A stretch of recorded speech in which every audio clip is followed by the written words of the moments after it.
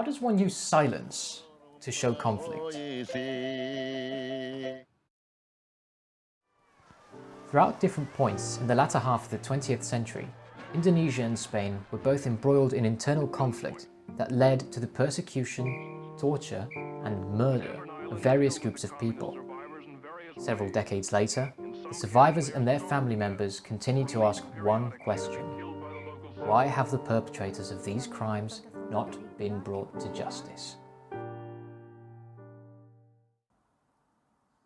In 2014's The Look of Silence, Adi, our protagonist, the sibling of one such victim, and now an optometrist, comes face to face with some of the perpetrators of the killings that occurred years ago, seeking explanations for the events that took place.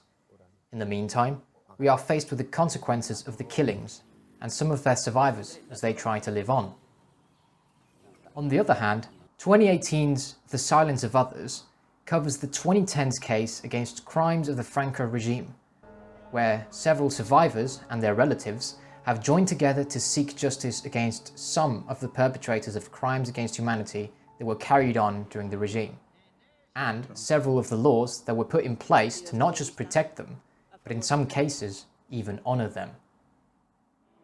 At their core, both of these films are about confrontation. That is, confrontation between victims and perpetrators. And as their titles imply, silence is being used metaphorically to represent that confrontation between those two sides. In talking about documentaries, American film critic and academic Bill Nichols describes documentary film as an organized sequence of sounds and images that construct metaphors that assign, infirm, affirm, or contest values that surround social practices about which we as a society remain divided. In The Look of Silence, Joshua Oppenheimer largely represents this division through dialogue, making the brilliant decision of flipping the concept of the talking head on its side by having an additional layer to the interviews. By having the film's main protagonist, Adi, talk to and interact with various of the perpetrators in the same room, we get to see him not just participate in the discourse, guiding it, but more importantly for our analysis, we get to see his reaction and silent demeanor to the testimonies of the crimes that were committed against his brother and various other victims. Oppenheimer expands on this concept on other scenes by featuring not just victims and perpetrators, but also the perpetrators' families and relatives, creating a rather uncomfortable scene where each face is telling a different story of how these individuals are coping with the information being disclosed. Thus, one of the main purposes behind all this talking is, curiously, silence, if only in the short term. Now, up to this point, I've been talking about silence, but I've not explained what I meant by it. Silence in film can be interpreted as a complete lack of sound from any source whatsoever, be it diegetic or otherwise. But just like documentaries seek to portray the real world in a non-fictitious manner, its soundscape must also follow that belief. And in that sense, silence in documentary should follow our interpretation of it as we perceive it in the real world, meaning that more often than not, silence is the absence of any meaningful sound. Gustavo Montes further specifies that silence in a dialogue isn't a vacuum. It takes up time in the film sequence. Thus, it is the lack of speaking by itself that gives it meaning. The characters have the chance to speak, or the chance to stay quiet. As he says, in conversation, silence, if lasting, is a way of externalizing intimacy. Outside of dialogue, it is with the meaningless, be it cars on a highway, the sounds of nature, or wind against a building, that the filmmakers then construct meaning.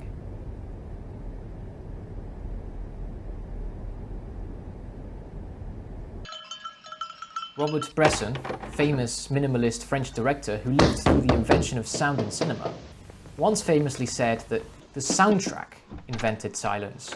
That is, it was through having sound in a film for the first time ever that the more quiet moments in it could be appreciated. But these films are framing their stories as confrontations, even though these confrontations aren't always being shown through dialogue. A frequent motif used in The Look of Silence places our protagonist, Adi, in front of a television as he watches motionless several videos of interviews made with several members responsible for the killings prior to meeting them in real life.